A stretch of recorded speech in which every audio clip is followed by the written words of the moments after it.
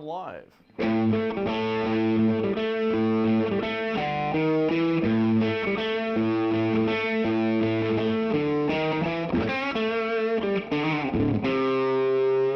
Hey, Vextasy, how are you, man? Hey,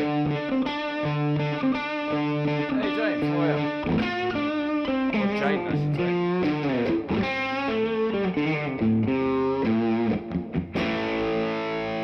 A little bit of an impromptu live stream. We've got Kin Mason. How are you, man? Darren? Daryl? Octavio? Let me know where you're from too, guys. Hey,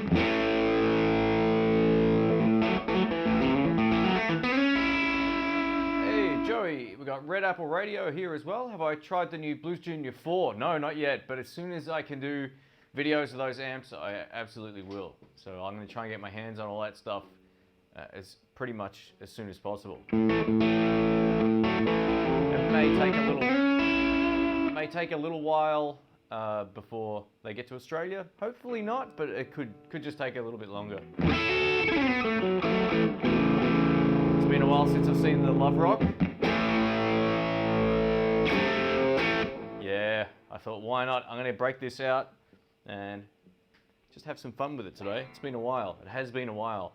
I played it to death a while back, and then I just sort of put it away for a bit because I had the PRS, so I really love this thing. Hey, we got Kevin from California. Thomas, welcome, man. Alexis, sup, hombre. How are you, man? So I got a bit of a new live stream set up. I thought when I got to 80,000 subs, I would kind of do a live stream, which happened today. So, and I also thought I'd sort of upgrade this live streaming rig. Not too much. All I did was get a screen and put it back behind this camera. So now I don't have to use that little laptop and look over here and then look here, and it's just like, here it is. So I might do a quick little tour of the little live streaming rig at some point, but it's much easier now. I got a screen I can actually read thanks to my dodgy eyesight. Rob from Los Angeles. We got Emma from London. Awesome. Daryl from Phoenix. Chris from Texas. Repo guy from Canada. Is that your job? Is that what you do? That'd be kind of exciting.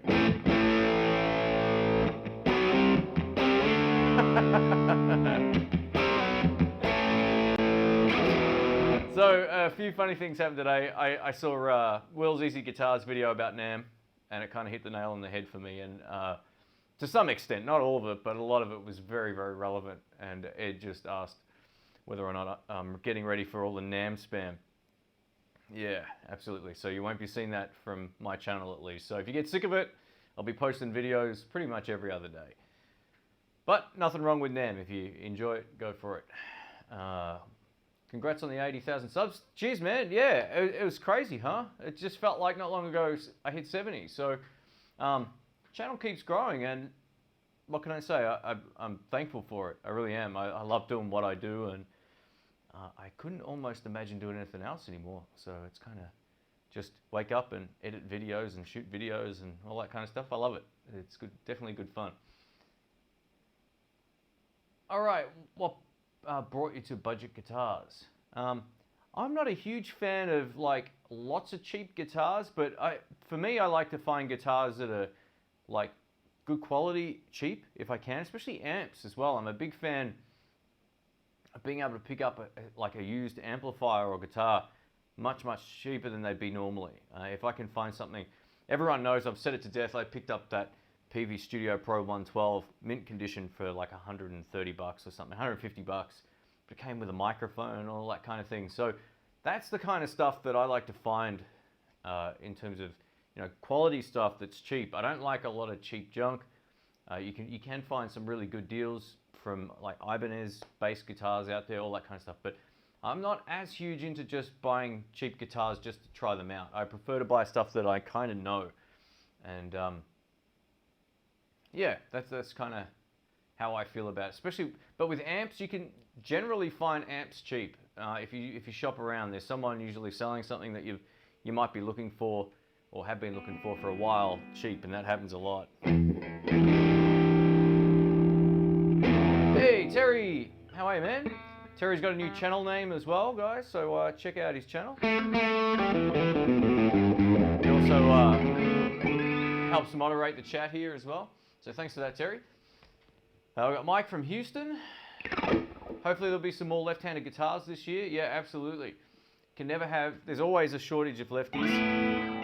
Today I actually shot another Guitar Search Saturday video, and it was one of the best shops I've ever been into in Melbourne here, where I live, and it was phenomenal. I think everyone, irrespective of where you live, will get a kick out of this particular shop. So I've shot 3 new episodes.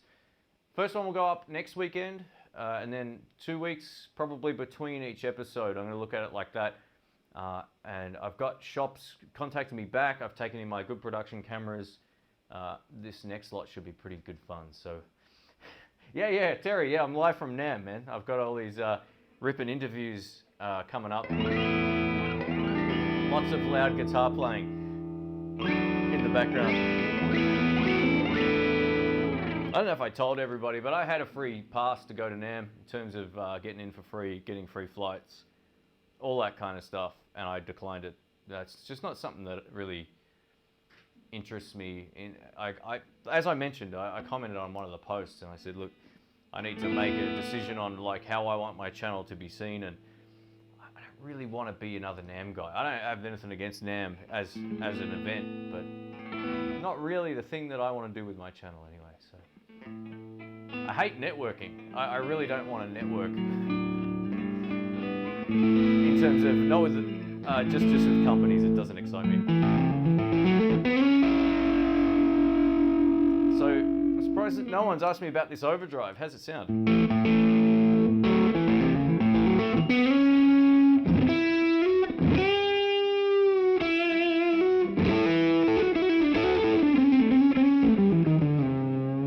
It's got a hair of distortion in there. That's the new Greenchild pedal. It's called the Valve Reaper. So we're testing that out today. It's over here. It's hard to sort of see with the webcam. And I've got the Serena delay pedal cranking. So that's my little live stream today. Did I watch your Namm vid? No, I haven't seen it, Ed. I'll check it out though, man. Rob S. Hey, Shane from Philadelphia. Welcome, man. Thanks, Winston. Appreciate that. Thanks for stopping by. And thanks to all the new subscribers for joining up as well. Man, 80,000 subs. It's funny because about once a week, like as accounts get closed and all that kind of stuff, you lose some. And sometimes it's gone over a milestone and then only to drop back about 4 hours later, and then it's fine the next day. So it's kind of funny.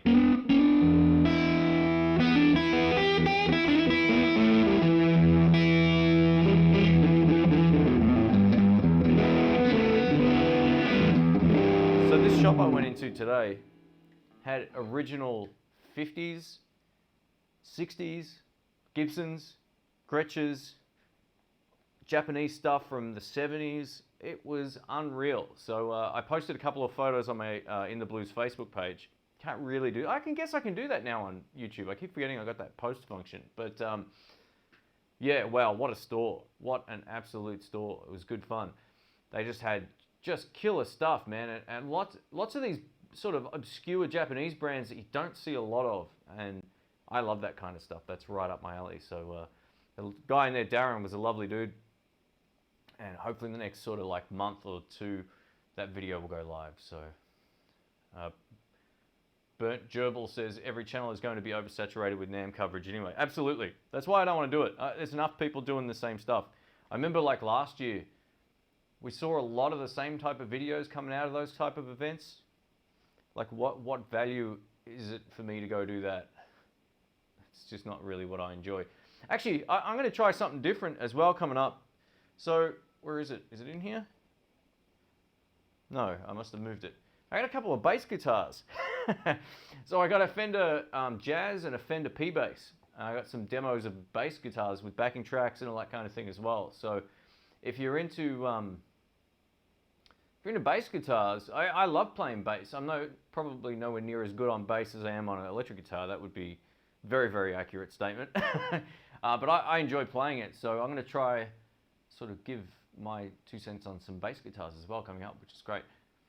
It says he's at 940 subs right now with 7,000 hours of watch time. I guess I'll get there at some point, but I've been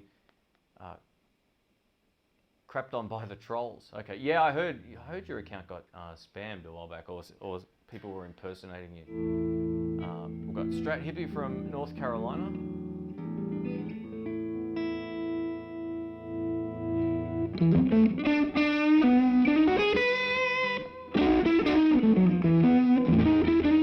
Maxie says, Shane, I don't yet own a Tele. What am I missing out on by not owning one?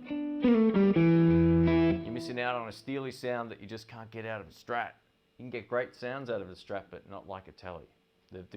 It's a very different instrument in terms of tones. Especially where I noticed the most, both pickups on a Tele, that combination kills, and also bridge pickup is where that Telecaster shine. Mine's in my cupboard actually. I gotta get the action sorted out on it. It's a bit high. I've been meaning to do that for a while.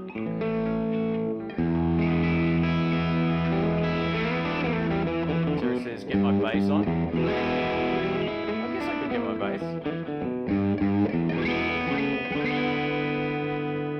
Winston says he's got the, I think that's $1 billion pedal, is he meant to say? The Texas Over. Is that did you get the Texas, or the Boost? Hang on, I've got it right here. $1 billion Boost. These are really cool, man. They make some good stuff.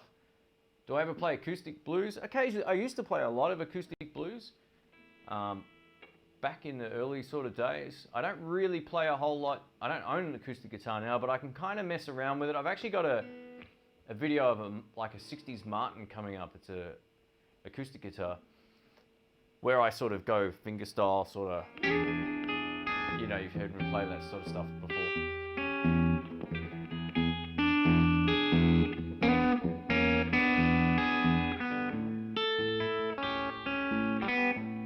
Have I heard of Moon pedals? Yeah.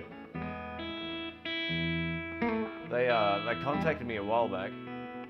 They wanted me to do, I don't know, like 20 videos, and I just said no. I picked 2, and I said send me these 2, and then don't send me any others. So I think a lot of them are rebranded Joyo pedals. I mean, you can tell by a lot of them just by looking at them that they're clones, like same case, same basics. It's like Harley Benton rebranded Joyo pedals. That's, you know, their claim to fame. So, or one of them anyway. They became a household name because of those pedals, I guess. I mean, they make guitars now, but back then a lot of it was just rebranding other stuff. And you see that a lot with companies out of China. About once every 2 weeks, I get a message from a Chinese pedal seller. Like, they've got their own website saying, hey, do you want to demo these pedals? I'm like, dude, I've done these like twice over already. I'm not going to do any more. Hey Shane, epic solo did on Saturday. Oh, thanks man. Thanks Dylan. It was nice to meet you too, man. For all those who weren't there, Shane did a solo through the crowd. Did a showy with, did a showy cartwheels. Yeah. So yeah, I've got this wireless pack from, who's it from? Line 6 G30, I think it's called. I've had it for years.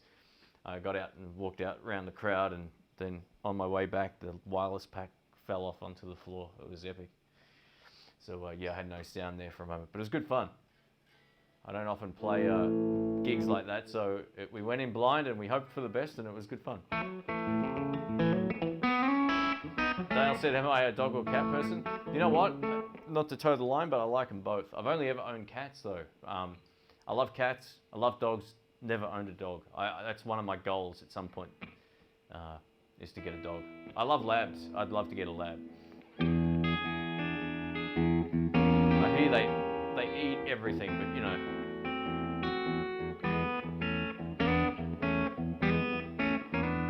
Have I played a Clapton Strat? No. The only place that had a lefty was Southpaw Guitars. I think it was like $6,000, so.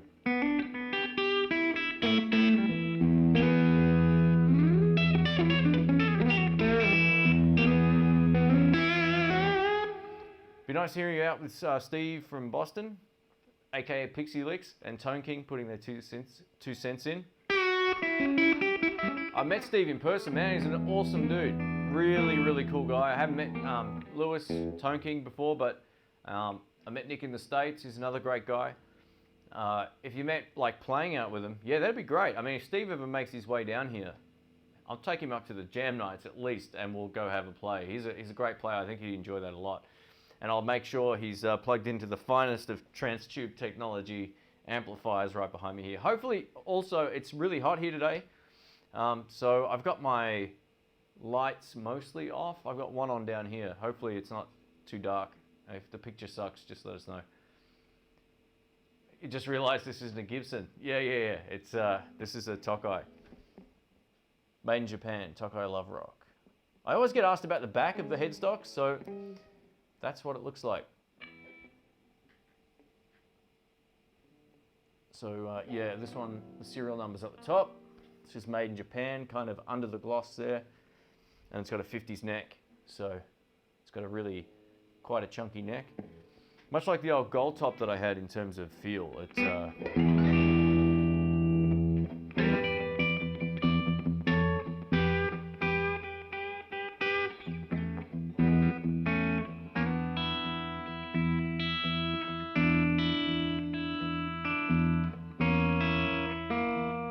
I in the market for a 76 Strat? No, I don't think so, man. I'm not really that much into Strats. I've got this one right here. Whoa! My bog standard Mexican one. And that's about it, man. 76 would be cool, but I don't really... It's probably going to be way too heavy too. It probably weighs more than this Les Paul does. Probably a beautiful guitar. Maybe a 79, the year I was born. How much is this guitar? This particular one costs about, in Australia, you can get them for about 1,700 bucks new. Used, you'd pay a whole lot less, but being a lefty, you don't often have choice. You see these go secondhand for about 800 bucks. So, you know, maybe slightly more, but once they're used, like I did a video on guitar resale value a while back, they go cheap. They go absolutely cheap. Here's the Pepsi Max.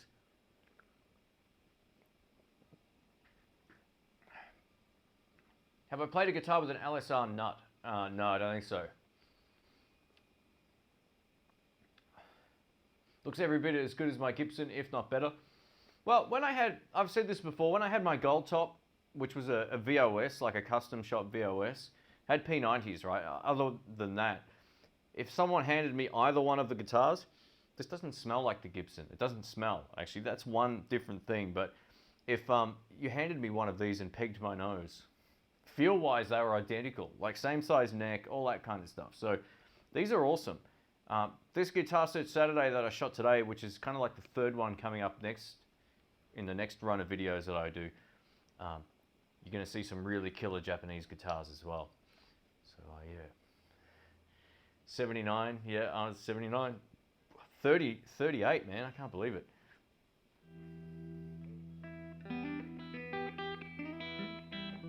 Why don't I ever drink Foster's? I don't drink beer.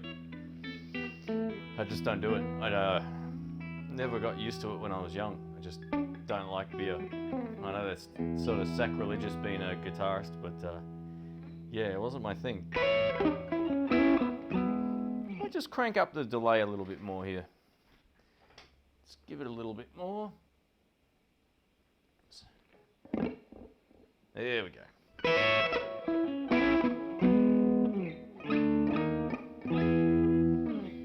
And bridge pickup turned down sounds great.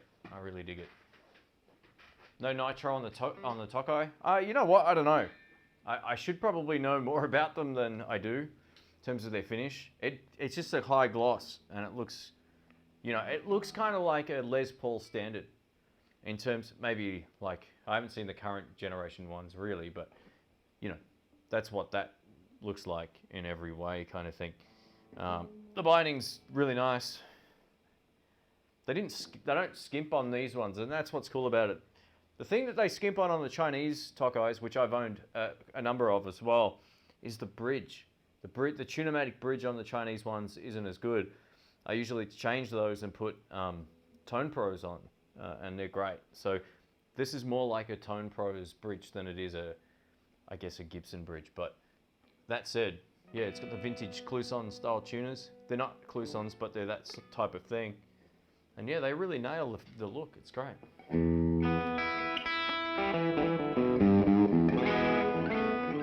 J.H. Schofield says, Shane's strictly a moonshine man.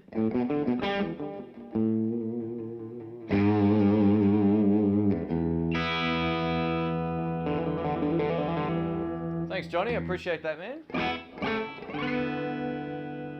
Yeah, we hit 80,000 subs sometime this morning, which was cool. So I appreciate all the support. It's mind-blowing. I can't believe it. I literally remember getting my first 1,000 subscribers. This was years ago. I remember when I got to 20 as well. That was another sort of milestone one. I don't really remember 10. I don't know if I was really keeping track of it or what, but yeah, it was one of those things where I remember 20. I remember thinking, I think what happened was when I got to 20, it opened up a lot of functionality on YouTube that everyone basically gets now. So yeah, it was cool. It was cool. Nice bit of Wind Cries Mary. Thanks, man. Well, thanks, Emma, I should say. Nothing like calling a lady man. They love that.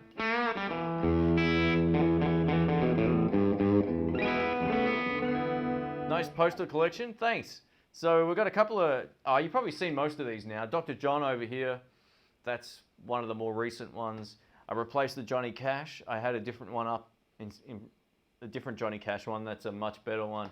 I've got about 10 posters printed out that I'm going to just interchange coming up. Now, there's going to be a giveaway at some point between 80 and 90. I'm probably going to do at least 2 of them. I don't know what I'm going to do. Last time I did the posters, and it ended up being like people would comment on the competition for a month after it finished.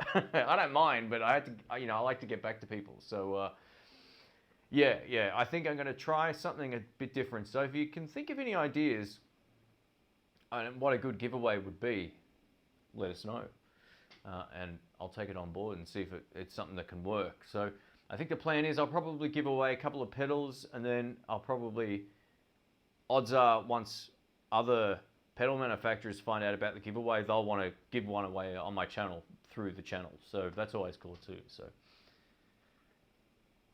V-Man says you'll hit 100K in no time. Yeah, it should be sometime this year, all being well. Around June or July. I've got there's this thing called Social Blade, where you can track your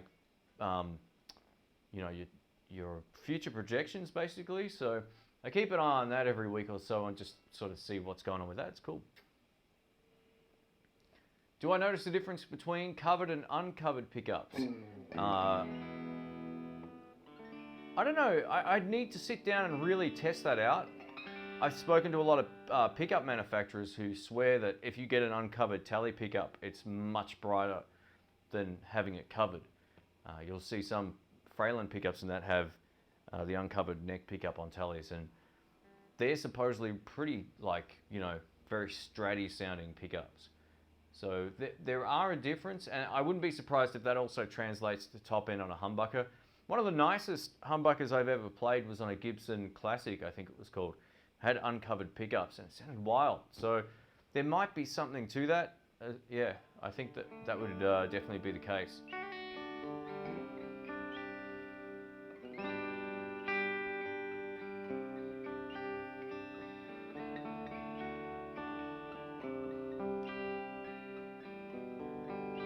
What's this song?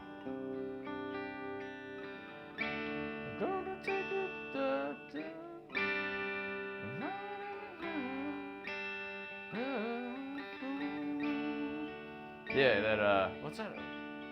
Marshall Truckers Band. Yeah, I don't know. Give away a left-handed piano?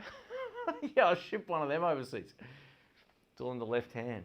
Actually, it's funny, I know you're just being silly, but it's kind of one of those things where I wouldn't want to play a piano with my, reversed. To me, that would just do my head in. I think piano and drums, there's almost no need to sort of swap them around. I play drums right-handed.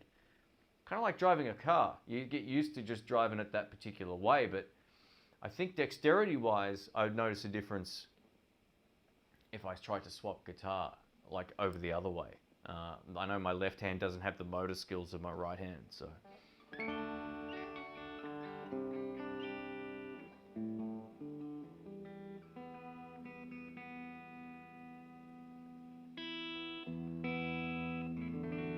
There we go.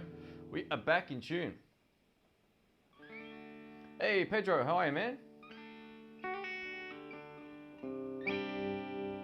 Dylan says, an In the Blues solo competition, have 30 seconds of a backing track or something you can get people to solo over. Would require you to watch a lot of people's video though.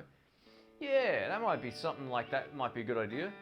Maybe have it like 3 different tiers, so like beginners, intermediate and advanced or something. Keep it fair. If I kept it to 30 seconds, that might work, but yeah, it's hard to know how many people, you know, if you get 500 entries, it's still not that amount of, it's not that big amount of time to watch them all anyway.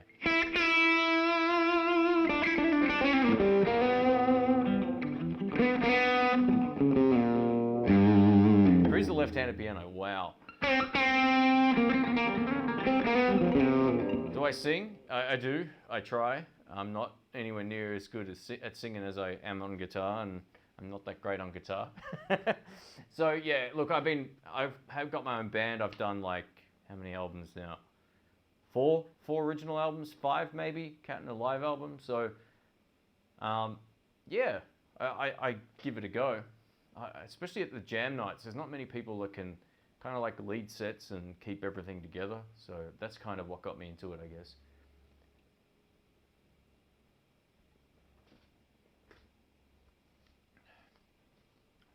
Backspin66 says, cheers from Sweden, great channel. Thanks, mate, I appreciate that. Hey, there we go, there's an idea. Sterling Archer says, get some speaker manufacturers on board and give away a speaker. That would be awesome. Yeah, that would be a cool thing to... pedals are just easy, and I'll tell you why. I mean, that would be a really great idea too, if I could organize that. Pedals don't cost much to ship anywhere. That's like a deciding factor. A speaker is, you know, a whole lot heavier. But if they can ship it direct from somewhere in any country to anywhere, then that's awesome. But I like to give away a couple of bits and pieces from my own channel as well. You know, stuff that I've demoed, and, you know, just to give away stuff like that too is fine. I get that many pedals through that I don't need to keep them all, and I usually offer them out first, and if no one buys them, then what do I do with them, kind of thing. So yeah, there's definitely always pedals floating around.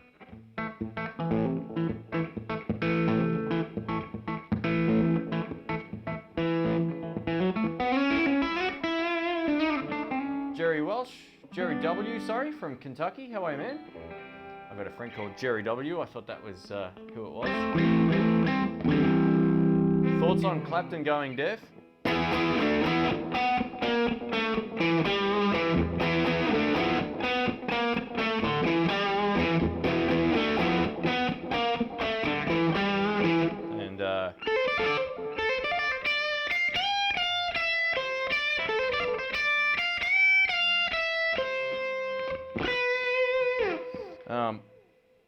Yeah, I mean, it's not surprising. You know, how old is he? 70s? Is he mid-70s now? 75? He's been playing since he was like a teenager. And he's had loud stacks, and he's had Fender Twins, and he's played Music Man amps extremely loud for many years with lots of great musicians and all that kind of stuff. It's really not surprising he's losing his hearing. It sucks because, I mean, he's got unlimited amounts of money and recording or you know, engineers on the road.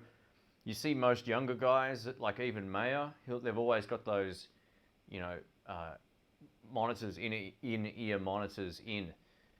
So yeah, I'm surprised he kind of never did that. I mean, you wouldn't cop it anywhere near as badly using those. I know it takes away from the feel of playing music once you've got like headphones on, unless you're in this situation playing. But yeah, it's one of those things where it never feels right. I tried to get used to those. I could never feel comfortable playing live with them in. And it's more stuff to set up, and it's more stuff to remember, and it's just not as fun. But if you get One way I found that you can kind of still enjoy it, right, was to take a microphone, even a dynamic mic or a 57, and put it out a little bit, say next to your vocal mic, but pointing back towards the band, and then use that mix as your in-ear mix. And that actually kind of works. But it's just more stuff to set up, and it's really not surprising that he's losing his hearing. It sucks for him, obviously. I mean, he's got a lot of health problems now. But yeah, it's a real shame, man. I mean, Clapton was one of the reasons I wanted to play guitar.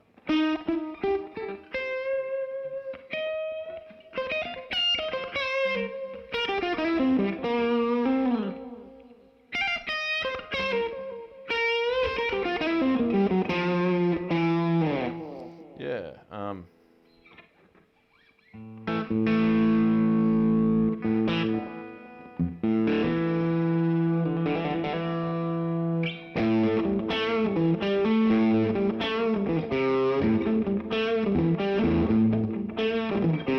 You ever noticed, like, the old version that everyone loves of Cream's Crossroads, right, was like real rockin' and driving. And then it kind of turned into this, like, kind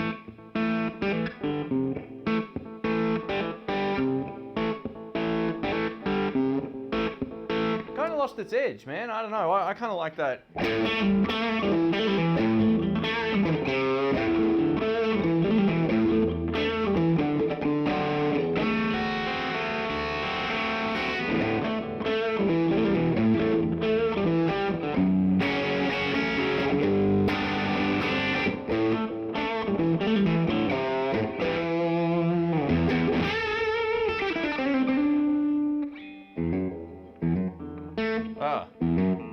Let's go.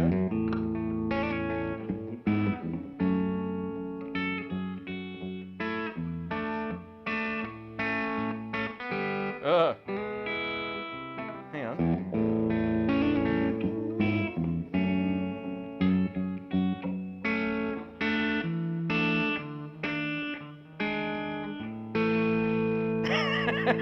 I don't know, something like that, isn't it? Jack Bruce is why I play bass. Yeah, he's an absolute innovator. Absolutely. Ordered a Hot Rod Deluxe 3 on Monday from Sweetwater, then found out about the 4 called Sweetwater, and this Saturday both will be delivered, and I'm refusing the Hot Rod 3. Oh, awesome. If you can do that, go for it. Well done. Yeah, I saw the Fender video go up, which was pretty cool. And yeah, I'm really looking forward to checking them out. I don't keep up. Raise your hand. Let me know in the comments if you're actually on the Fender email list. I want to know if this is a global thing or not. I'm going to ask you a question in a sec. So I'm on there. I subscribe to the newsletter. Just let me know in the comments if you're also on there as well. If you get Fender's emails, if you subscribe to their list. I'm a few seconds ahead, so I'll wait. I'll play some more Clapton.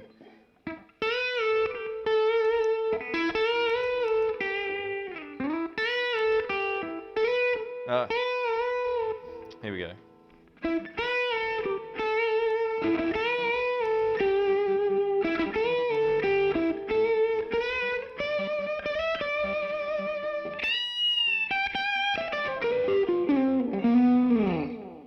Alright, so anyway, basically Fender's been like spamming out that bloody subscription service to their online lessons. What's the deal with it? I reckon every 4 days I'm getting the same email from them, like, and I tried replying. I'm like, dude, it's enough, but it just bounced. Sucks. They got a no return email address on there, obviously, but I think I deleted the last one. But I get so many emails from Fender saying, hey, Fender Play or whatever it's called. Do you want to join up? I'm like, no. And you notice, like, every time they send out an email, these things, man. I am so sick of seeing these things. I don't want to, like, every other day.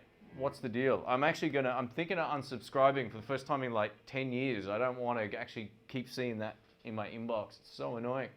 That should be a separate sort of email list you can actually, like, I still want to be notified of new stuff, but I don't want to get that email. Anyway, it's shocking.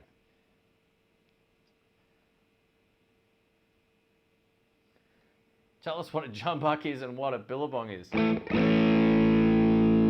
man.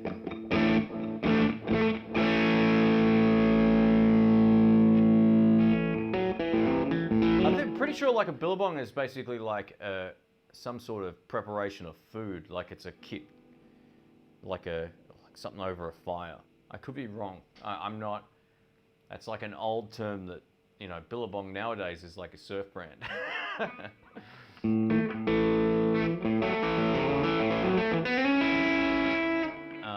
Is this a 12-inch radius? It's basically like a 58 or 9 style neck. So whatever they would have made then, you know what? I don't know. It feels exactly like my old 56 VOS in terms of the neck profile. Everything's the same. So I can't remember. It's been a while since I sort of looked into it.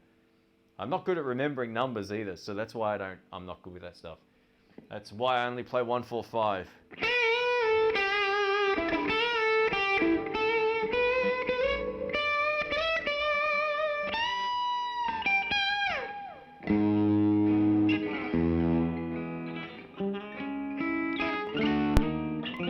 Oh!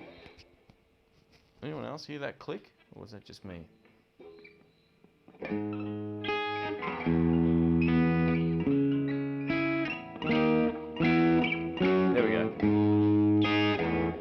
Funny you don't play something for a while. Ah!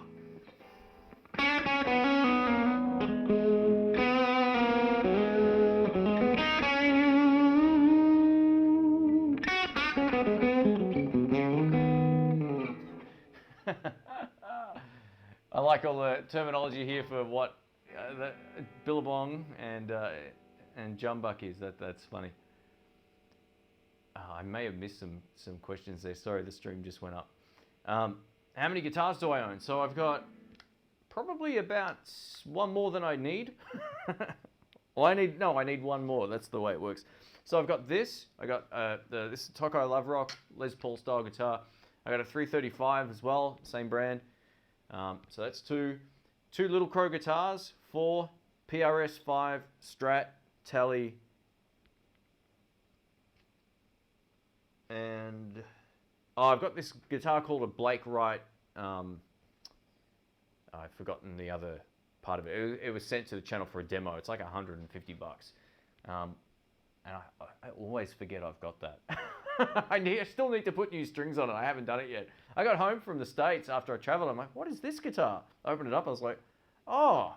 So yeah, it's might be used for some modding at some point, that guitar. It's actually pretty cool. There's a few things I'd like to kind of do to it to just make sure it feels good to play. It feels already good, but you know, like you get a Squier Classic vibe and it's great, but you kind of want to just mod it and do little bits to it. So that's what that guitar will probably be. He's a Melbourne boy. It's all good. Yeah, I am. Absolutely. Billabong is a water hole. Oh, okay. Is that really? Okay. Maybe I'm getting confused between some other term. All right, can I talk about the differences between a Blues Deluxe and a Hot Rod Deluxe? Yeah, so the main difference, and this is just one of the few, but the main difference between them is the Hot Rod Deluxe has 3 channels, essentially. Well, both amps have 2, but a Blues Deluxe only has a lower gain drive channel. So it's kind of like the yellow channel on the Hot Rod before you go to the red channel, which is the more modern high gain kind of sound. Also, the Blues Deluxe is 5 watts less than the Hot Rod Deluxe, which doesn't really translate to volume. Volume-wise, they're the same. You're not going to notice any difference between a 40-watt amp and a 45-watt amp. You're just not going to hear any difference. So I guess in theory, that would break up maybe sooner on the clean channel, but the clean channel on these amps, it's just blisteringly loud anyway. So that's kind of the main difference. Tone-wise, the clean channel on a Hot Rod Deluxe is more modern. Kind of think more like John Mayer's Good Tone, not his more recent stuff, but going back, where it's that big round, full kind of clean tone, nice sparkly tops, kind of more scooped in the mids kind of sounds, more bottoms and tops. That's how I hear a Hot Rod Deluxe. Now it can vary depending on what speaker you've got in there and what version you buy, but generally, like if you buy a black one, That's the kind of sound they do, that very pristine, clean.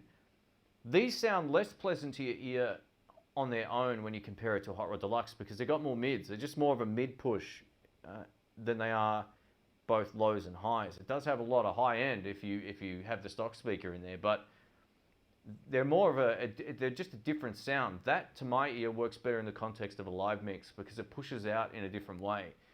Whereas the Hot Rod records great. It's still a great live amp. I mean, they're just unbelievable. But these do something, the Hot Rod, the Blues Deluxe, I should say, does something different in the mix. They're more in your face, especially once you get rid of that stock speaker. If you were to compare them, I reckon 8 out of 10 people who didn't know better would like the Hot Rod Deluxe. Once you get rid of that, the stock speaker in those are pretty nasty in my opinion. Yeah, get rid of those and put any other speaker in and you're laughing. They're just such a great amp. For me personally too, I don't need two drive channels on an amp. I don't even use that drive channel. Although it's not bad once you upgrade the speaker. Alan says, am I going to Namm? Yeah, maybe in a few years just to have a look around, but nah. If I go, I won't be, I doubt, I'll do like a big guitar search Saturday whenever I'm there, but I'm not going to go there and interview people. I have no interest in that at all. Just zero. I'd like to look at it and see what it's like, but I went to the Melbourne Guitar Show a while back here, and I think it's probably like 1/10 of the size of Namm, and it was just too over the top. Too many people. It was fun for a little while, but once it got busy, I just wanted to get out of there. I don't think I could put up with that atmosphere for hours and hours a day for 3 or 4 days. It's not my thing. Do I recommend an attenuator? Or can I recommend one? Yeah, I mean, there's a few ways you can go. The THD hot plates are pretty good. I had one for the Super Reverb that I never used. My friend Rick gave it to me, actually. I've got to give it back. There's also, depending on the amps that you use, you can just get a volume control. Oh. Okay. My mic's off, is it? I don't know. I can see it moving. I can see it moving. Oh, it's your volume. Thanks, Terry.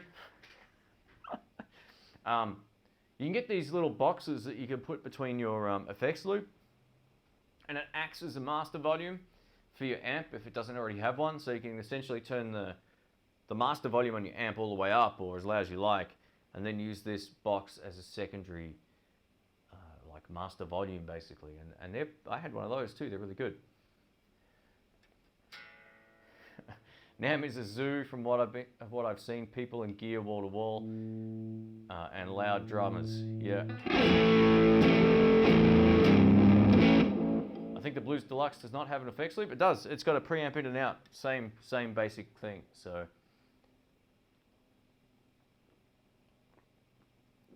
if you get onto eBay, excuse me, sorry. If you get onto eBay, they actually sell. There's builders that just sell those. They're about the size of a matchbox.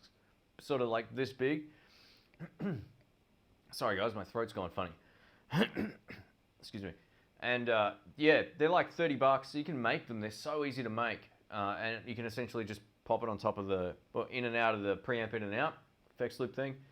Acts as master volume. Like I said, I had one for my, I actually gave it to Rick. I had it, what amp was it for? My old Blues Deluxe, I think before this. So the one that I had prior.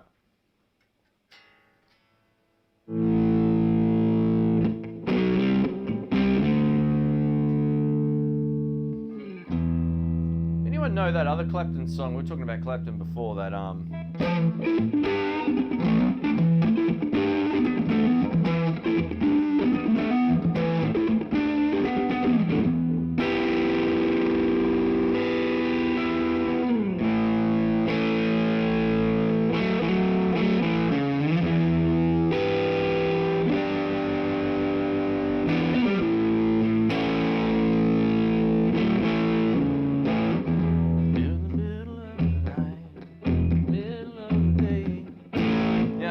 it's off One More Rider, One More Car, or One More Car, One More Rider. She's Gone. That's what it's called. That's a really great track. Check that out.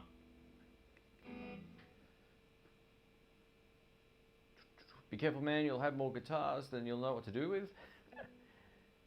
Wow. So single malt Mac. I missed that comment. Sorry. He said, getting to the point where I'm starting to do a little creating. I'm loving it. Although I have gas really bad. 3 guitars in 7 months. Strat, Jazz Master, and a PRS hollow body clone. Cool. Yeah, it gets kind of crazy with guitars and gear. No doubt about it. I think everyone goes through it. My poison of choice was amps for a long time. I know I get pedals and all that kind of stuff, but I never really went out and bought lots. Oh, I did actually at one point in time. But my main thing was amps for a long time. I must have had close to 40 amps since I started playing. It's disgraceful. Is Weber's Mini Mass 50 Attenuator good? Weber make good stuff. I don't know that particular one. But yeah, just try and do some research before you buy anything. That's watch a few different videos or reviews. And what I found, like, even though we've got Amazon now in Australia, but when I buy stuff from Amazon US to have it shipped, I always go to the customer reviews and read about stuff there. I'm not saying like they'll have that on there, but try and find some customer reviews that are sort of like unbiased, because I think anytime you buy anything, you want to see what people's reaction is to the kit, basically. So, yeah, look, all I can say is you don't really need to go spending a huge amount of bucks on a power attenuator. I don't think you do. Like I said, if you've got an effects loop or a preamp in out kind of thing on your amp, those little Matchbox ones really work well. It's essentially the same thing.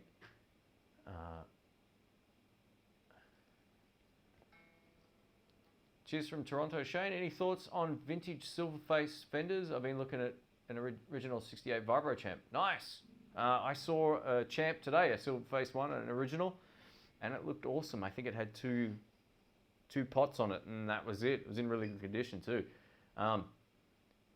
Yeah, I mean, look, if it works well and it's all that kind of stuff, you like the sound of it, go for it. Once you start going back and buying like vintage amps, you'd like to hope to be able to hear it before you buy it. That would be my only thing. So just definitely plug in and see if you like it. If you're just buying it for collector's sake, it might not matter that much. A good friend of mine buys a lot of stuff that he's never played, just based on the fact that he loves collecting Fender vintage amps, and that's what he does. So he doesn't really bother him too much whether or not he's played them or not, just what kind of condition they're in. So if you're buying it just for, you know, using at home, or if you want to record with it or whatever, then that's a kind of a different thing again. You want to make sure it's all original and all that. But yeah, great amps. I mean, you can't go wrong with some of those old Fender amps.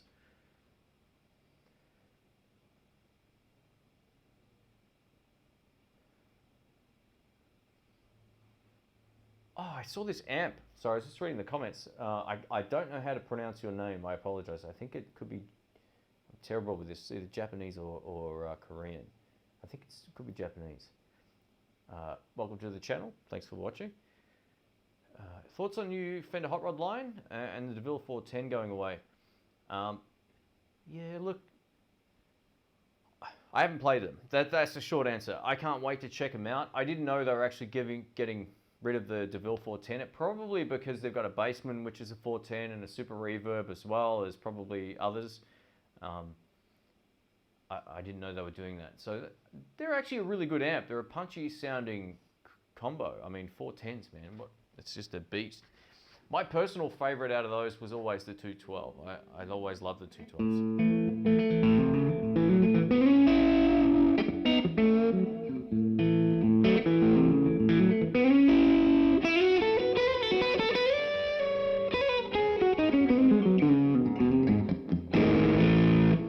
Fender GT 100 a bad review. Any change on that? I never played one. I actually bought the 200. I still stand by my review as being as brutally honest as it could be at that particular time. Since then, they've actually changed some of the firmware's been updated like about 12 times now, and they finally added an EQ, which supposedly shapes back in some of the mids that it doesn't have. Coming up on the channel, I reviewed a Fender Champion 100. Sorry about my mic. I'll use a different one next time. And I would take that any day of the week over a Mustang. But that's just my opinion. Like, for those who don't have a frame of reference and who never owned the old ones and knew a lot about the old amps, then basically the new Fender amps are going to be fine. But if they're just not as usable in a live situation as the old ones, and that's what really let me down personally.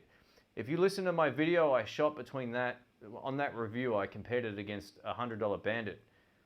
There was no comparison in the tone. Like, I don't think anyone can listen to that honestly and go, yeah, the Fender sounds way better, because it just doesn't. It sounded like it was 8 feet back, you know, even though it was close mic'd.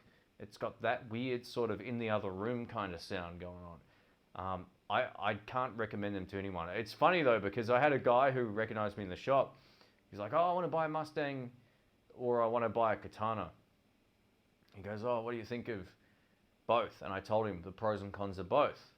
I said, look, I like both for different reasons, but if it was me, I'd buy the Katana, because I like the fact it's got a more outward sounding spread of sound as opposed to sounding like scooped and weird. And he still bought the Mustang. So it doesn't matter. Like, that was better for him than... It's personal choice about what you like the sound of as well. So I still stand by my thoughts on it. I know when Rick bought his, he experienced exactly the same thing that I experienced with mine. I took mine back and I swapped it for a guitar, even though I ended up recovering my money by selling that guitar. But yeah, no, I don't have any... I haven't got any more favorable things to say about them, other than if you buy one and you're happy with it, then that's great. And that's fine too. It's just my opinion based on my experience with the old ones, which I was a huge advocate for. A fanboy of sorts for the Fender Mustang. I reckon I put that amp on the map. I'm not bragging or boasting, but what I think a lot of people thought they were cheap junk, including myself. And when I got to test one, I was like, wow, these are really good. Like, I've dialed in the same sound as my other amp, which I had in the room at the same time. I was like, these are pretty cool. So that's why I picked one up. And then they started spreading like wildfire. We put up those blind test videos on YouTube years ago. This is many years ago. And those patches have had 400,000 downloads. So it's crazy. It's crazy stuff. But so I was a huge fan of those amps, you know, and the new ones really let me down, both functionality-wise and just tone-wise, which is the most important thing. I found I was forever trying to fiddle with them to get them to sound better, and I couldn't get them to sound better. Whereas my other ones, I could get them to sound great straight away. Anyway, so that's my rant.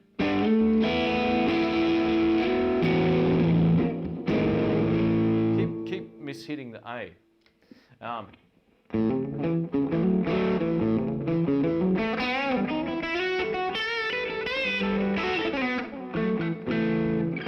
Have I ever played a Marshall DSL 40 watt combo amp? I've only played the Indonesian made ones, which got discontinued a few years ago. Those I wasn't overly blown away by. I hear that the English made ones are the ones to go for. The Cash Converters, which is a second-hand shop up the road, they sell all kinds of stuff. They had one in there, and I went back to sort of plug in, it was gone. So it was in mint condition as well. Rick and I are actually going to be shooting a whole lot of amp demos coming up. Hopefully next week we're going to film as many as we can, all being well. And we'll release them over the course of a month or something like that. So we're going to basically... Yeah, him and I are going to put some videos together that I know people will be interested in, but I'm not even going to hint at what those are. They're just going to be fun and hopefully somewhat entertaining as well, but still being like showing you how something sounds. But I won't give that away. Thoughts on the Soul Food pedal? Great clone in terms of tone. Plastic pots, don't drop it is my only... If it lands on the pots, those pots break extremely easy. But tone-wise and all that kind of stuff, they're great. And if you take care of your stuff, you shouldn't have any problems with them. But yeah, mine broke. Really, like, it fell from here to the floor and the gain pot broke. So, threw it in the bin. I contacted EHX a number of times asking if I could have that part, like if I could buy that part and they could ship it over. They wouldn't do it. I couldn't find it anywhere else, so I just said, I'm not going to send you it. They said, oh, send it back, right? Because I bought it in the US. So I would have had to have sent it to the US for 30 bucks. 30 bucks to return it. The pedal's not even worth that amount. So in the end, I basically I just threw it out. But yeah, look, don't let that put you off. That's my one critique of EHX is their pot quality. A lot of their, or some of their pedals have those plastic pots, and they're not good. All right, so I missed some comments here. I'll just go back.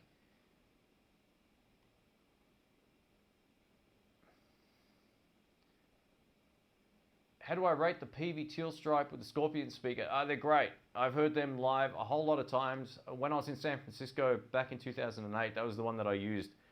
And it's a ball terror. It really does sound great. I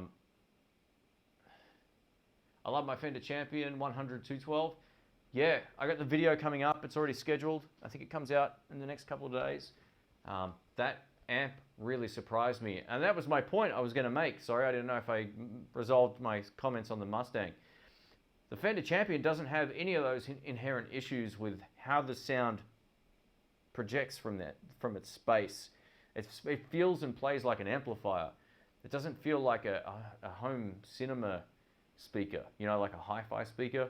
They're just very different amps. I guess, like I said, if I was to pick one or the other, if you haven't bought one yet, get the Champion. 100%. Unless you're into heavy metal, then don't buy it. So yeah, the demo is, I actually reviewed it. It goes through all the different sounds, all that kind of stuff. Greetings from Tampa Bay, Florida. That's from Jose. Welcome, man. Whiskey says, you definitely played a big role in the success of that amp. Thanks, man. And you know, Rick and Brian and all those guys, we tried to basically make patches that were, and we could make patches that were as good as the amps we had in the room. And that was just unheard of up until that point in, like, digital tech was never that good. And we were all shocked. I mean, even Rick, you know, like he bought that Eric Clapton Tremolux that we copied it from. Like, we had them side by side. Physically, they were about the same size, amps and all that. He turned around, he couldn't tell the difference. Couldn't tell the difference in the feel, couldn't tell the difference in the tone or anything. So, you know, that there was something special about that old series of amps. And I have a big feeling that the speaker choice in these current ones was a bad move. That I think they cheaped out on the speakers. It's almost midnight here in Ohio, and my sleep med is kicking in. Have a great night. Thanks, Tracy. Take it easy. And yeah, thanks for hanging out. Cool. 3:38 p.m. here on the east coast of Oz. That's what time it'd be here. Yep.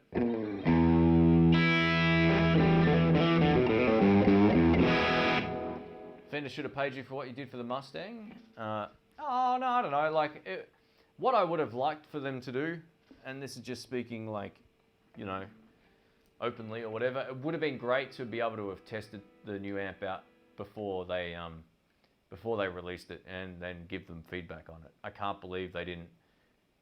Like, they're big enough that they don't need to do that. They give it to a couple of the large YouTube channels and that's it. Everyone buys the hype.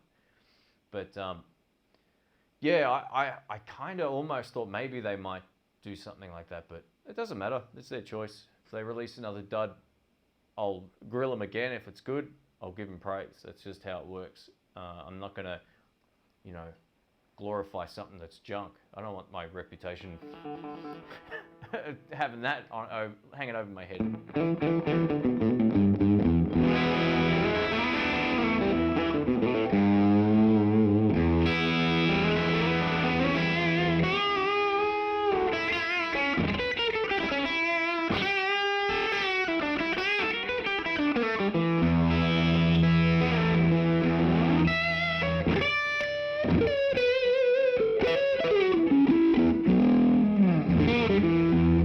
Getting a feel for this new Green Child pedal. I'm really digging it. I'm really digging it.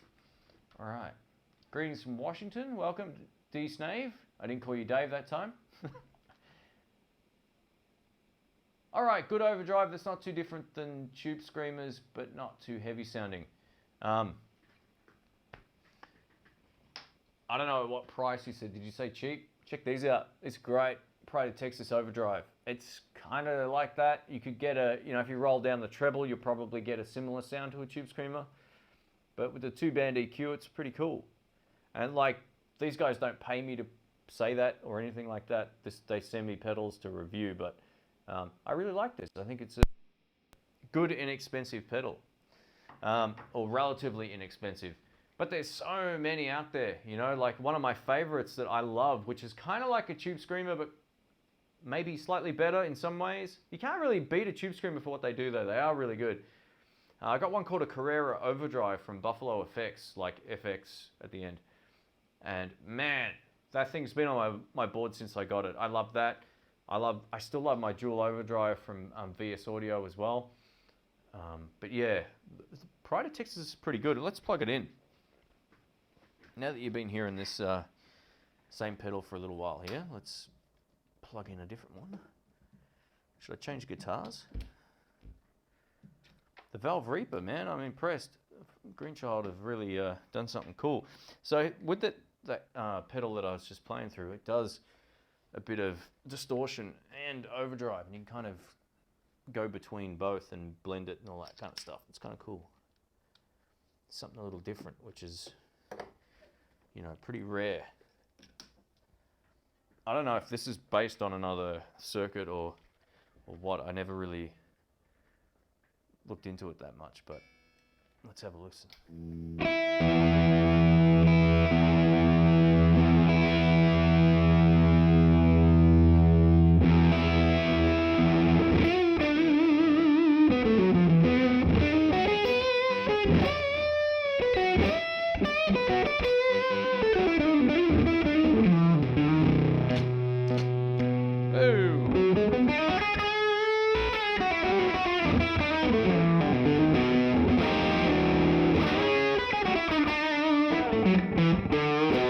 How good is that? That's everything at 12 o'clock, except for the volume, which I got at 1 o'clock. I don't know. I reckon that's a hard pedal to beat for its price. It really is. It sounds great. Hey Shane, the Box King pedal board you got, any chance you could rip the back off and we can see how well they're built inside? That's a good question. I don't know if I can. Let me have a look. It's right here. Let me just take these off. I think this is it. Is this it? Yep. I actually, you know, I sell a lot of the stuff that I get just so I can make ends meet, and this is one thing I'm going to keep. It's bloody awesome. So, I take it you mean, can I unscrew the back? I can do that. I wonder if I should do that next time, because I don't have a screwdriver, which means I'm going to have to run around and look for one. So it does look like I can pull that apart. I think the battery takes up the majority of this space here. So you got two. So this is one question I might not have covered properly. I had a lot of people say, what did you mean like it had two rows? So you've got all the outputs here to the pedals. So this is a rechargeable pedal board, and it's got the same thing on the other side. So it's got two places you can charge, one per side, and then you get like 8 to 12 hours of battery life out of it. I'm actually going to order some Velcro, like heavy duty stuff, and use this as my main board. The bag and that it comes with is great, and it's like a backpack as well, which is cool. So yeah, I can open it up and have a look. I might do that on Livestream. Actually, I think I had a couple of questions about like the inside of it. Is it isolated or something? And I don't know. I mean, I guess because it's battery powered, does that make any difference? I'm not too sure. Not too sure about the spec side of those things. Are Super amps are available in Australia? Yeah, I saw some today. I actually had one of their reps reach out to me and sort of say, hey, do you want to demo some of our stuff? And I sort of said, yeah, I wouldn't mind checking out some of the amps. The other thing he had were like Fishman products, but I don't know, not a whole lot of that stuff excites me. Fishman, I just think of pickups and you know, acoustic guitar pickups and stuff like that. I don't know if they really make anything that jumps out at me. I had a look at their catalog and I was like, nah. But yeah, Super, man. Super make great stuff. Two of the best amps I played, I think last year or the year before, whenever it was the Super Royal Reverb with 210s and the Rhythm Master with a 15. Man, if I was able to lift those amps, they would have gone in my car.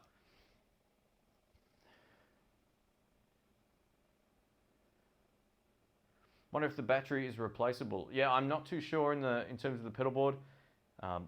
you can get in. It looks like you can get in there pretty easily if you've got a screwdriver, which I don't have. I kind of want to open it up now and have a look. I might do it on a day when it's cooler, and I'll turn on the proper lights and we can rip it open. All I know is when I tested it, it worked great. Like, no weird noises or anything like that. It powered the pedals fine. It was fine. Would be interested if each of those outputs. You can always email them too. I'm sure they'll have like. They seem like pretty honest people. Like sometimes I deal with companies and I don't want to deal with them again. Those guys were awesome. Like the lady that's their rep is unreal. So basically just shoot them an email and ask, like, see if they've got an internal. They may even have pictures on their website. A lot of the time when, you know, like companies like Kalen and that do power supplies, they'll show you the inside on a photo. I'm not saying they've got that, but they may actually have that on there as well. My 2 cents would be at least some of them would have to be independent because they output at different outputs, or whatever you want to say. They've got different voltages, so maybe some of the 9s are parallel. I don't know. I really don't know. I'll have to look into that. Opinion on the Boss Katanas? Great. I think overall they're a really great amp. They're good for home. You can take them out and play with them live. They take pedals well.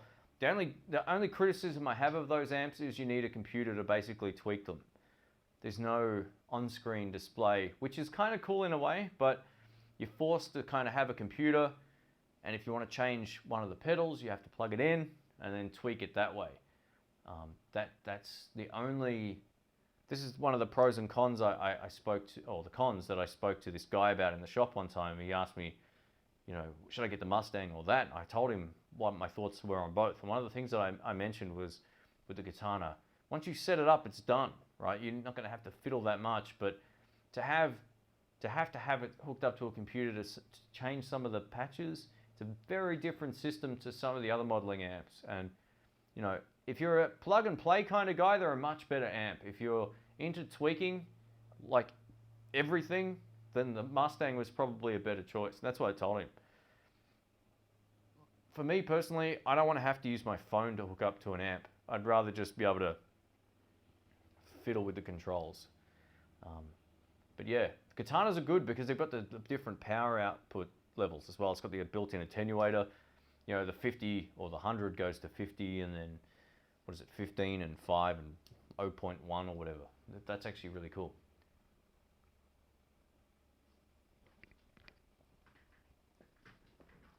All right, let's grab a Strat. We'll see how out of tune this is. I got my buddy guy strap. I got that when I was away years ago. Too scared to wear it out. Nah, I don't care. There we go, we can embrace that horrible song.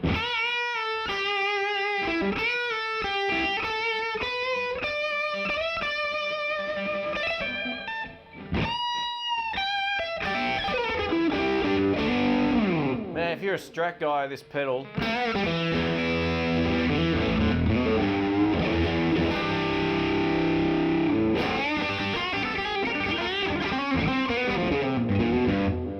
They come with those free notes as well, those free run notes. I don't take a computer to a gig. The Bandit doesn't need a computer. Yeah, absolutely, man. The Bandits are hard to beat.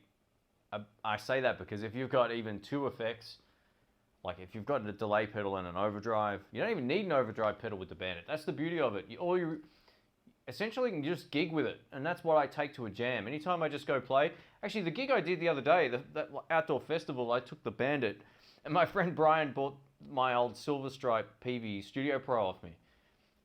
So he had that. We had our pedals going into the clean channel. It's great. It's a great time. I might put a video up about that actually, because you know, who says you need valve amps at a gig?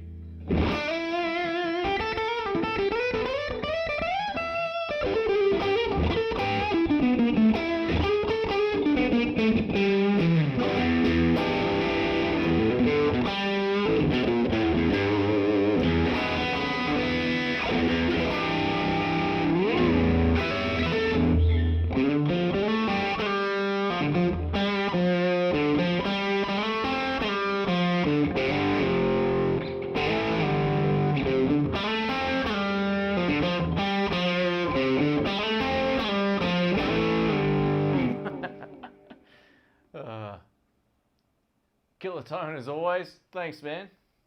It's all about like trying to find the sound that you enjoy regardless of what gear you use, and that just comes with experience. Like I've played with that much stuff over the years. I can almost plug in any overdrive pedal or distortion pedal and kind of approximate that sound, except some make it way easier than others. Even though that Pride of Texas is about to fall, it is an absolute just strat monster of a pedal. I really, really like it. It feels good.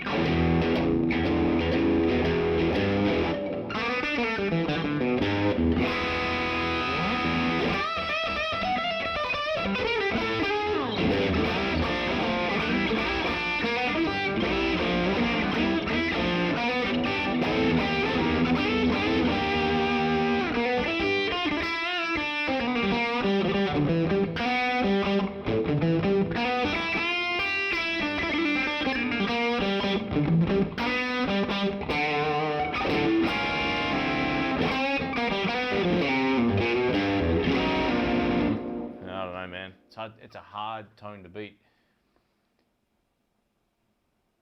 Hey Shane, are those vinyls behind your posters? No. It's just. Oh, hang on. I'm not sure where you mean, but all I've got is I got these printed basically from photos I got off the internet. That's the way I did that. So I've got some LEDs on the. I've got this pineapple over here, which is my new $9 addition to the blues room, and I've got the. Oh, actually, you've probably seen that already. I'm not too sure, but over here, is that in shot? Yeah, I've got another $9 palm tree just to jazz things up a little bit, make me feel like I'm living in a tropical wonderland.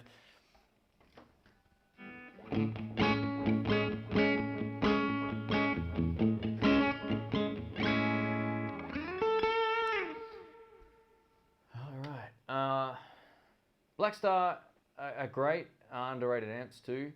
Yeah, I've had mixed sort of feelings about Blackstar. I've heard some in the context of a live mix and liked them, and then I've heard others in the context of a live mix and didn't like them at all. It was like they were missing mids, just it was all bottom end. I need to get my hands on some of those, and unfortunately, Sky Music, where I borrow a lot of stuff, they don't do Blackstar. I'm pretty sure they don't do Blackstar. But they've got lots of random amps on the floor now, like stuff that I haven't seen anywhere else. So I'm just going to start grabbing heads of Carlsbro stuff, some old Peavey. There's this old Peavey head that's about this wide. No joke. It's about as wide as this freaking guitar. So it's huge. Well, almost. It has to be close to as big as this. It's a Windsor or something, possibly, something like that. So yeah, they got a whole lot of random amps. So they got diamond amps as well, which is kind of random here as well. We don't see those very much. So I'm going to grab some different gear. Yeah. Ever stack your Bandit in Studio Pro? I haven't done that yet. I was going to make a video actually before Christmas about how to run your amps properly in stereo. It's just a video that didn't see the light of day. So that'll come up at some point. There's a few different ways you can do it. And I want to also start using probably can't see it, but the little Bugera a little bit more. Not on demos or anything, but just on live streams. I can hook that up through the 2 notes and it'll sound wild.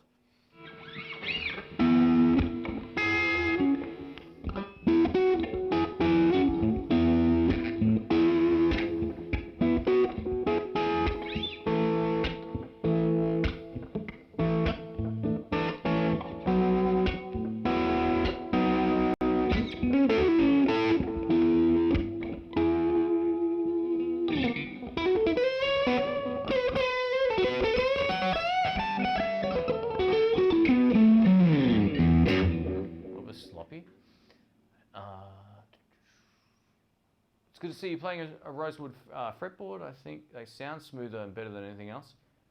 Yeah, I don't know, man. I don't know how much I sort of get into that, whether or not they sound any different. They definitely look different. There might be something to that. I don't know. The only reason I say that is I hear it a lot. But yeah, look, I don't know. I really don't think the wood plays a huge difference in the sound. There might be subtle differences in like one guitar to another that a lot of people overlook. Like the value of the pots can vary a little bit as well, which can roll out top end on some or give more top end in others and all that kind of stuff. And if the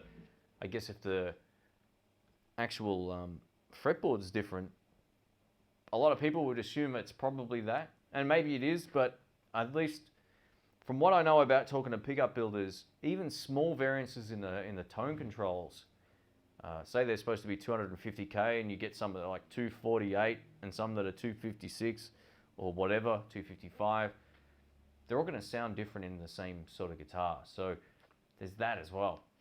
What delay pedal am I using? I'm using the Sitek, S-I-T-E-K. It looks like Sitek, but it's actually pronounced Sitek. It's called this Serena, like Serena Williams. And it is a digital delay, which is something I don't use much normally. And it sounds so good.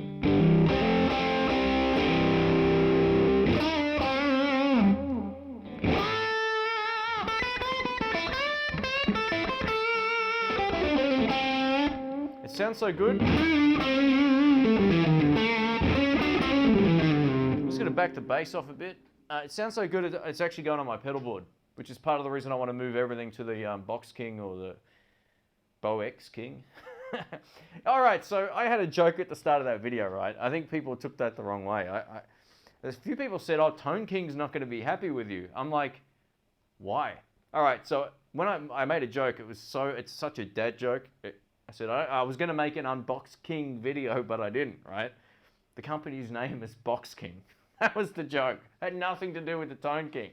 I wouldn't poke fun at him on a video. He's a mate of mine. I consider him a friend. So yeah, I wouldn't. No, that was just the name of the pedalboard brand. There's a few people that didn't get it, and then about an hour later they go, "Oh yeah, I finally got it." I was like, "What?" Shane, you'll love that Windsor. Thanks, JH. That's cool, man. I'll definitely pick up a few more things. I got one more bass guitar video to get through, and then I am good to go with some different amps. So that should be fun. Have I ever tried the Exotic SP compressor? No. No, I haven't tried that one. They make good stuff though.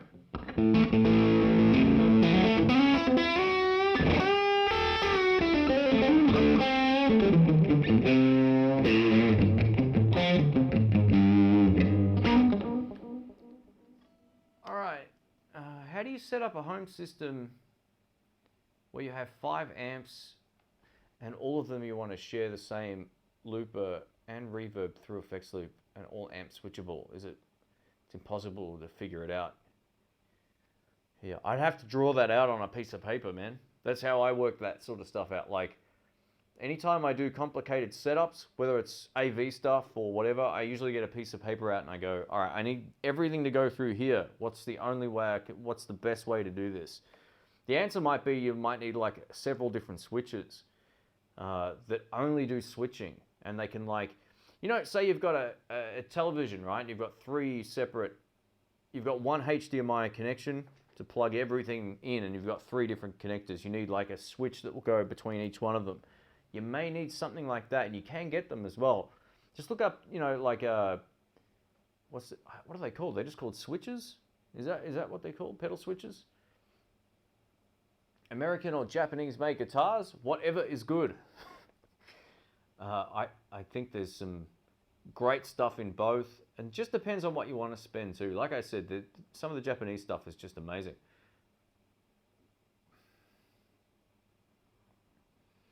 What type of brand replacement bridge for a non-USA Les Paul type guitar for tuning stability? That's from Toll & Floyd. Get a Tone Pros. That's it. You'll be done. They're awesome. I reckon they're the best.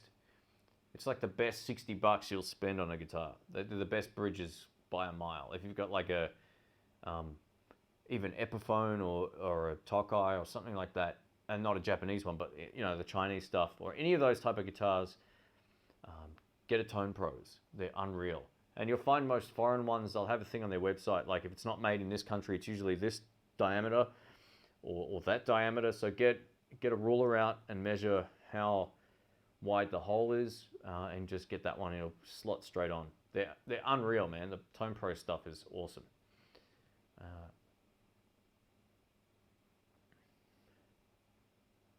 All right, this is from the Tex Blues. It says, hey Shane, you and the Tone King both got me really wanting the Pride of Texas Dan Electro. Has another pedal called the Texas Trouble. I wonder how it is comparatively. Texas Dan Electro has another pedal called Texas Trouble. I don't know that one. I have no idea. If it's an older pedal, they made a range of pedals that were plastic. Not all of them were good. I own a couple of them, or I've had a couple of them. I think I've still got one left. Not all of them were bad either, but trust your ears, man. Like if you like the sound of something and you've watched enough demos and someone plays in a similar sort of style to how you play, then I go for that one, irrespective of what model it is. I don't know if that other one does something that this one doesn't do or something. I actually don't know anything about that one, so I apologize. But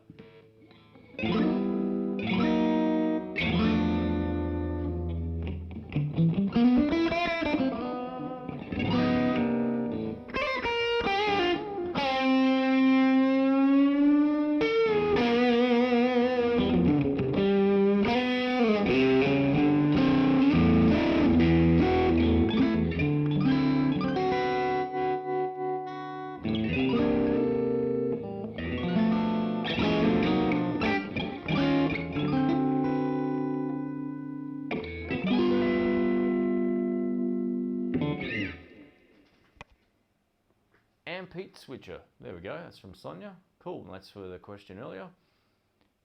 I love your Mexican white Strat. Thanks. Yeah, me too. I think it's pretty cool.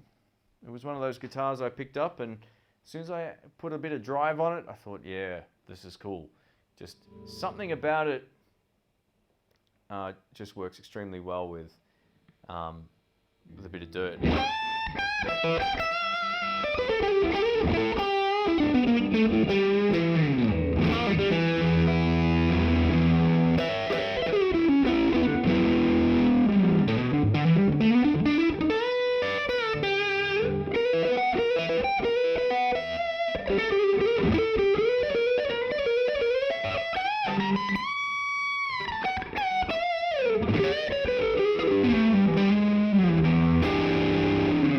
Take this out playing again live. It's been a while. I've kind of abandoned it for a little while.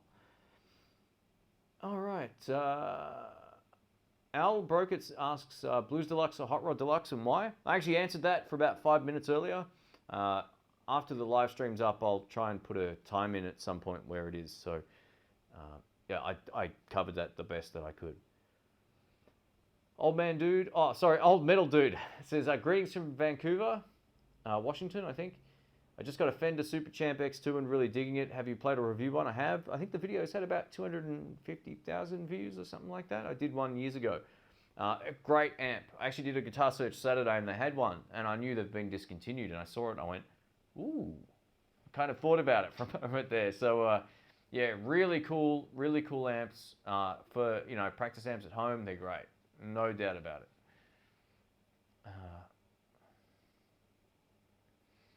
Hey Shane, any recommendations on where to buy a lefty Tokai? Really struggling to find one. If any, I'm in Belfast. Yeah, look, it's going to be hard now because of the CITES thing, which is basically making it hard for people to ship guitars worldwide and all that kind of stuff. You're going to probably struggle ordering one from overseas unless you buy one with a maple fretboard, which would be easy enough to do. You could contact a couple of shops in Australia. Look, I don't work for them or anything, but where I get mine, where I got my Japanese guitars from shut down, but the importer is called Muso City, like just as it sounds. They're in a city called, part of town in Melbourne called Heidelberg. And I think it's Heidelberg, but just type in Muso City, Melbourne, Australia, it will come up. Maybe they can help you out. I'm not too sure, but they're like, I think the importer now of Tokai instruments in Australia. I could be wrong, but your best bet would be also to just keep an eye on eBay. Keep an eye on all the local sort of used markets online. That sort of stuff is where I pick up some amazing deals from. I think it's like less people are maybe using eBay than they used to now too, from the looks of things, because I've picked up stuff off there recently that I just couldn't believe I found, and I was the only person that bid on the stuff. So yeah, you can definitely find them, but a lefty one's probably, I don't know how many lefties were made either, so your other alternative would be to hunt down the official Tokai website and have a look, see if they can help you out there as well.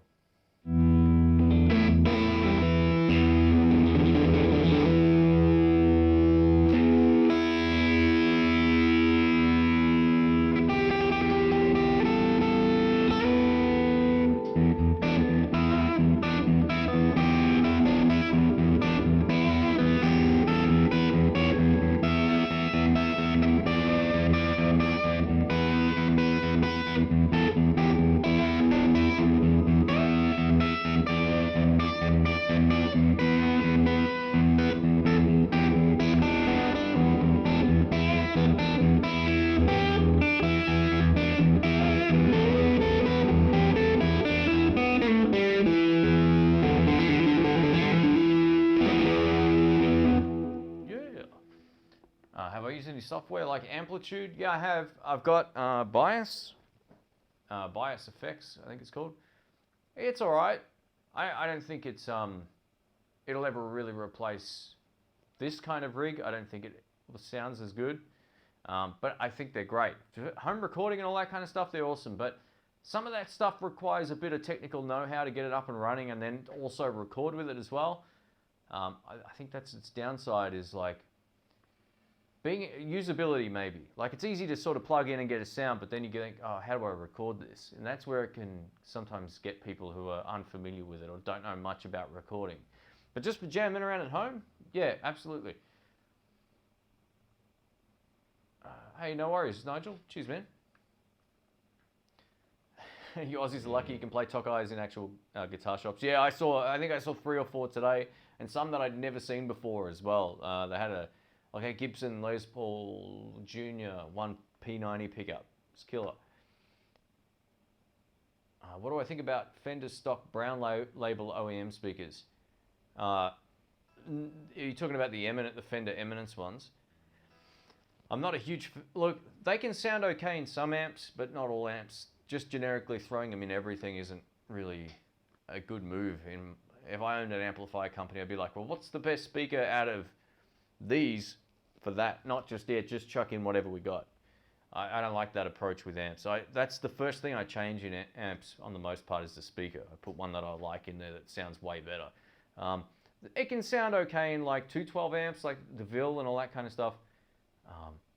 They also started using those Celestion G7080s or whatever they're called. Oh, they're terrible. They're like one of my least favorite speakers. I think they're probably worse than their Fender Eminence ones.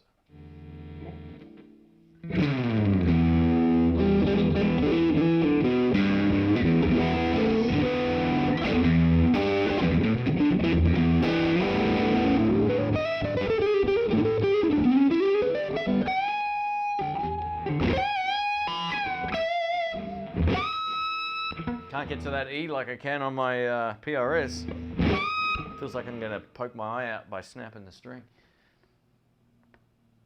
What do I think about... Oh, sorry, yeah.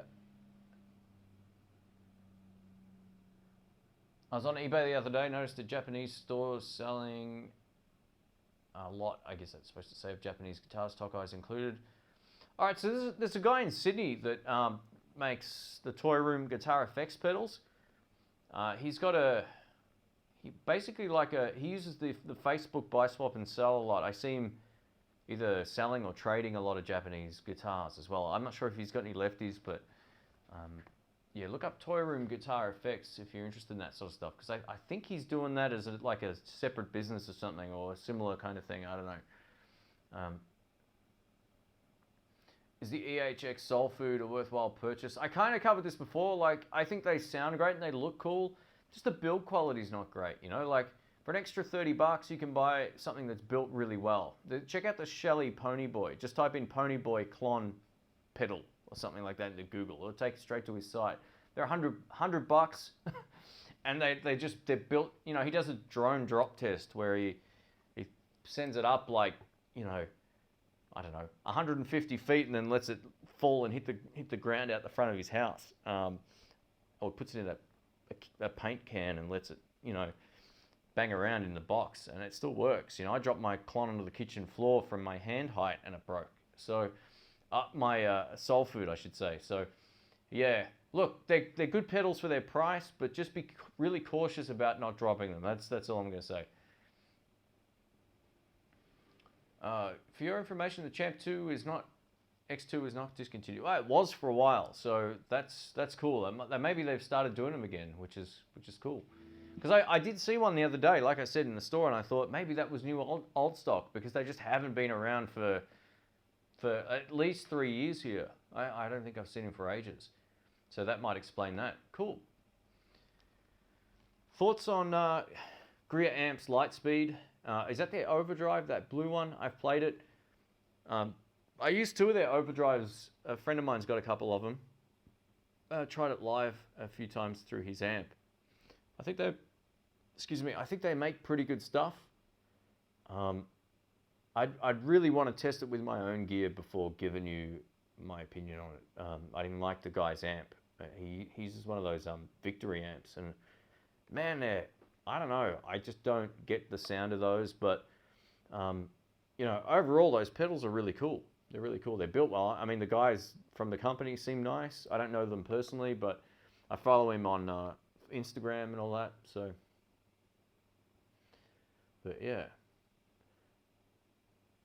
they had 3 at the Guitar Center today. Yeah, well, that's cool, man. They must still be coming out, or they must have been re-released, or maybe just in Australia they stopped selling them here for whatever reason. But for whatever reason, I nearly bought, or not for whatever reason, I didn't actually buy the X2 head. I really wanted it back when it was out. I wasn't sure what I was going to do with it at the time, because I think I had most of my live rig sorted, and I was like, man, this amp is really good. And I remember, like, I called Rick up and I said, come down to the music shop, because this X2, the head in the box, was just sounding so good.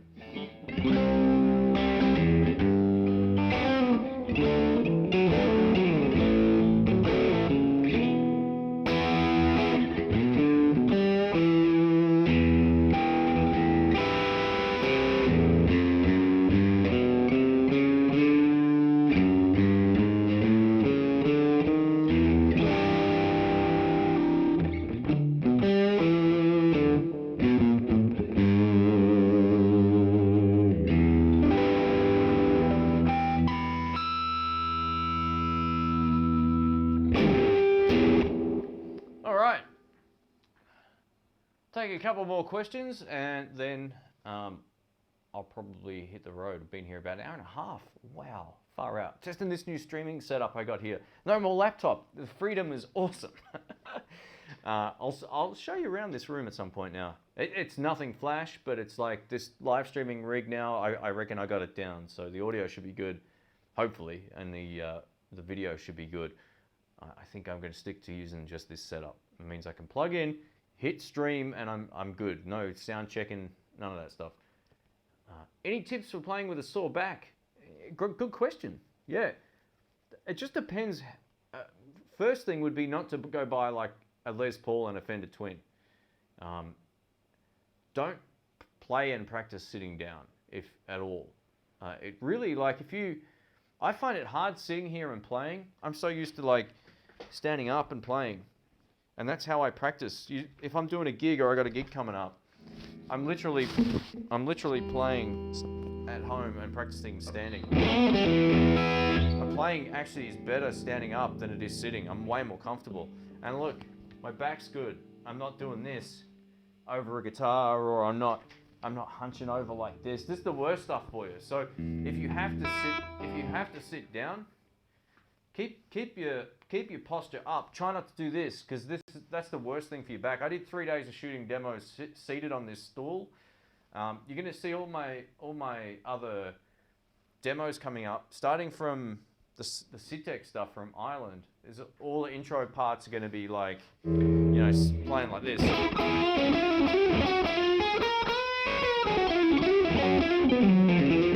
I just find it so much more easier standing up.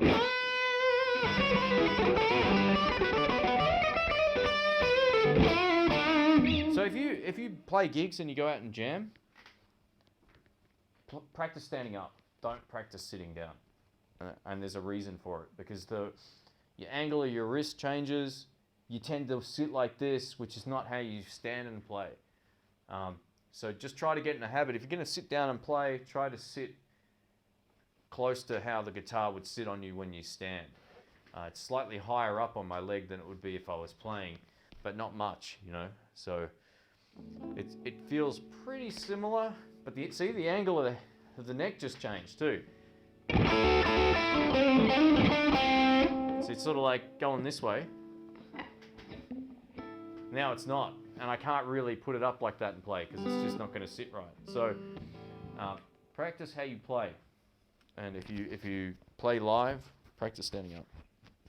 It's much better for your back too, and don't buy a twin. All right. Looks good. I dig your posters on the wall. Nice backdrop. Thanks, man. Yeah, I kind of like it. It's something different, and it's something that I can change easily enough as well without having to really stress too much. Like, to get one of these done, it's like $1.10 or something. So, you know, I spent like $30 and just did the wall, and I thought, less than $30. And I thought, yeah, that'll be cool, and I can interchange them and mix them up. And there's a few people on the wall that I want to put that aren't really on there either. So that's going to get done at some point. I'm starting to filter out the ones that I didn't like but were kind of filler, and there's a few others that I definitely want to get rid of as well. There's one in the corner over there above that love heart on the wall. That's a Dan Electro thing I just put up there. It kind of looks cool. I want to get rid of that one and get a good poster or a better poster in there. I may actually do another behind the scenes video. No, I don't know, or a live stream or something, because I got some hilarious posters that I can put up in this room now. They're awesome. I've been saving them up. I didn't know if I was going to do it for the giveaway thing or what, but I'll think of an idea for that, and we'll try and keep it fair, and we'll definitely be giving away some free pedals coming up or something. Anyway. What fuzz pedal do I need for the Band of Gypsies tone? I don't know, man. Maybe just look up what they used, and that would be my suggestion. But I mean, there's so many clones of pedals out there too, man. So Sonia says can only play sitting down. Well, if your back's that bad, then and you got no choice. My suggestion is though, don't play like this. It's the worst thing in the world, you know. Part of the reason I started working out more was because I was getting a really sore back. And, oops, sorry, Mike. I'm going to definitely not use this next time, this mic. Sorry, guys. It's popping or something when I move. And, yeah, I got it. It's just a posture thing, so try to have good posture when you play. As soon as you start doing this, all of a sudden your back will pinch or something. So I had a really bad back for years and years and years, too. I had disc issues and all that. So I hear you. I know what it's like. It sucks. Sold my 10.5 pound Les Paul. I own nothing over 8.5 pounds anymore. Bad discs. Man, that's from Leland. Yeah, I totally get it. Totally get it.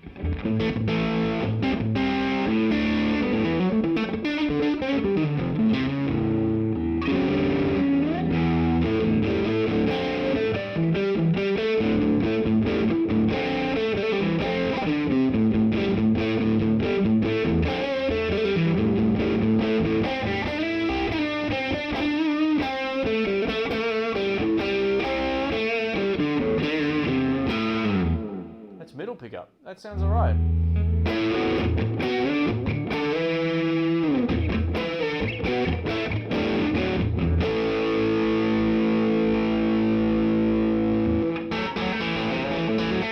What's that song?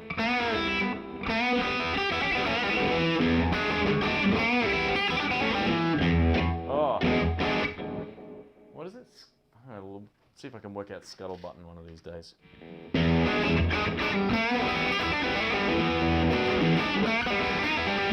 Oh, that's terrible. I'm not going to do that again. I apologize. All right. Put your guitar on the other leg. Yeah, so you'll see a lot of dudes play like this. If you're short, it might be more awkward, like I am. But you'll see a lot of like people who are taller than me play like they got the banjo thing going on. So it's sitting on their right, obviously opposite side if you're a right-hander. But yeah, Rick plays like that a lot.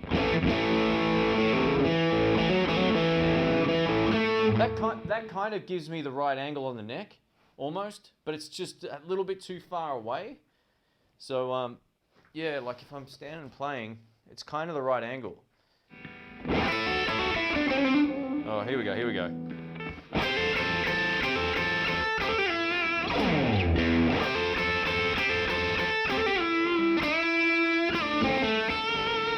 can't remember all that.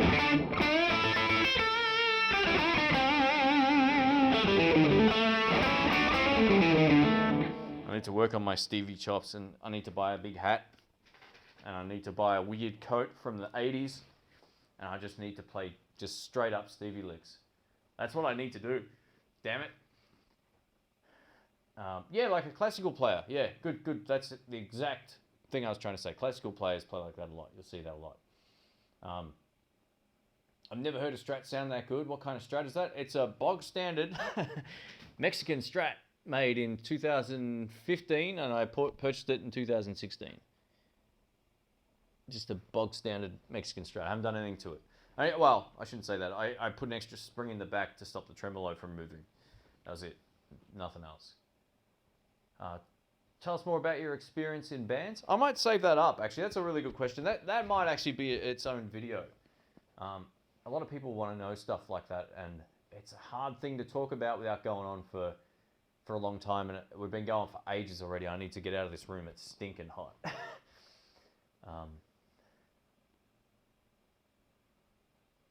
Yeah, there's something about this Strat, like clean, it's okay, but with a bit of dirt, it's much, much better.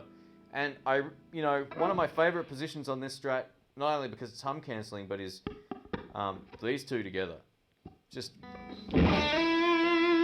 really does that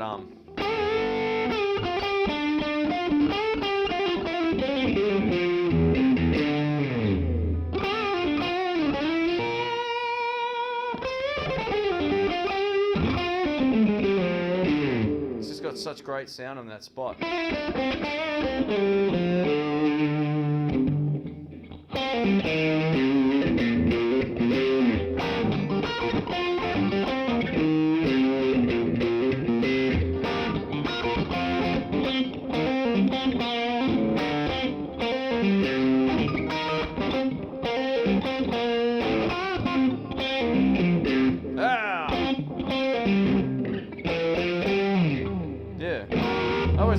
That bridge and middle position more than I've liked it on any Strat I've owned.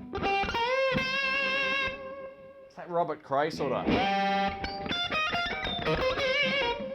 stabby, toppy kind of sound. I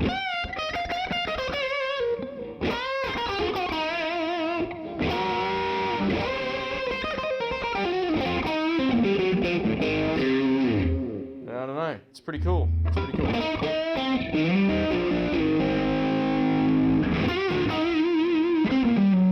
It's hard to beat a Strat neck pickup. It really is.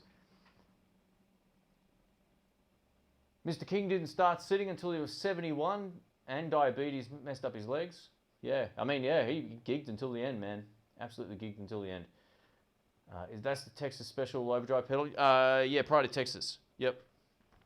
Dan Electro going into the Cytec Serena delay pedal, digital delay, which is something I don't normally use. I sent them an email and I said, this delay pedal is fantastic. I've never really found, like the Boss DD7's a really great all-in-one, but I've never really found an all-in-one like digital delay that I just went, this is killer. Like, I love the fact the trails are slightly darker than a conventional digital delay. Like,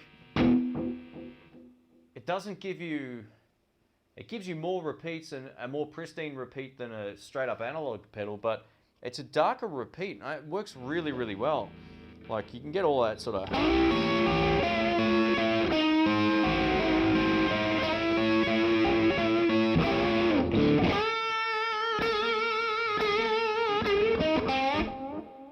Yeah, and you can, you know, I've got it wherever it's set right now, but you can definitely get a lot out of it.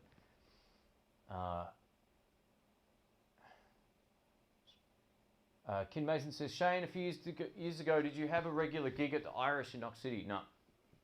No, a friend of mine's band did for years in there, actually. It was my old drummer and bass player's other cover band. I never played in there.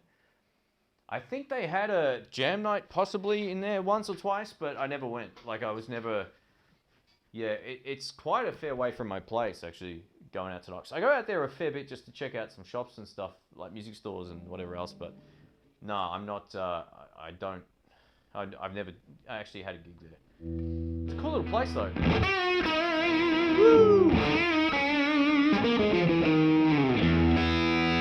think I've just gone out of tune. How about that? Alright, guys, well, thanks for hanging out. Last question here. Thoughts on Hagstrom Ultra Swede? I don't know if I played that particular guitar. The Hagstrom that I demoed recently was called a Viking, I think. Awesome. I've played another one, which I didn't like at all.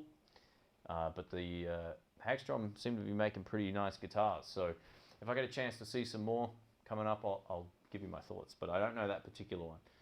Anyway, thanks for hanging out, guys. If you enjoyed live streams, please give it a thumbs up.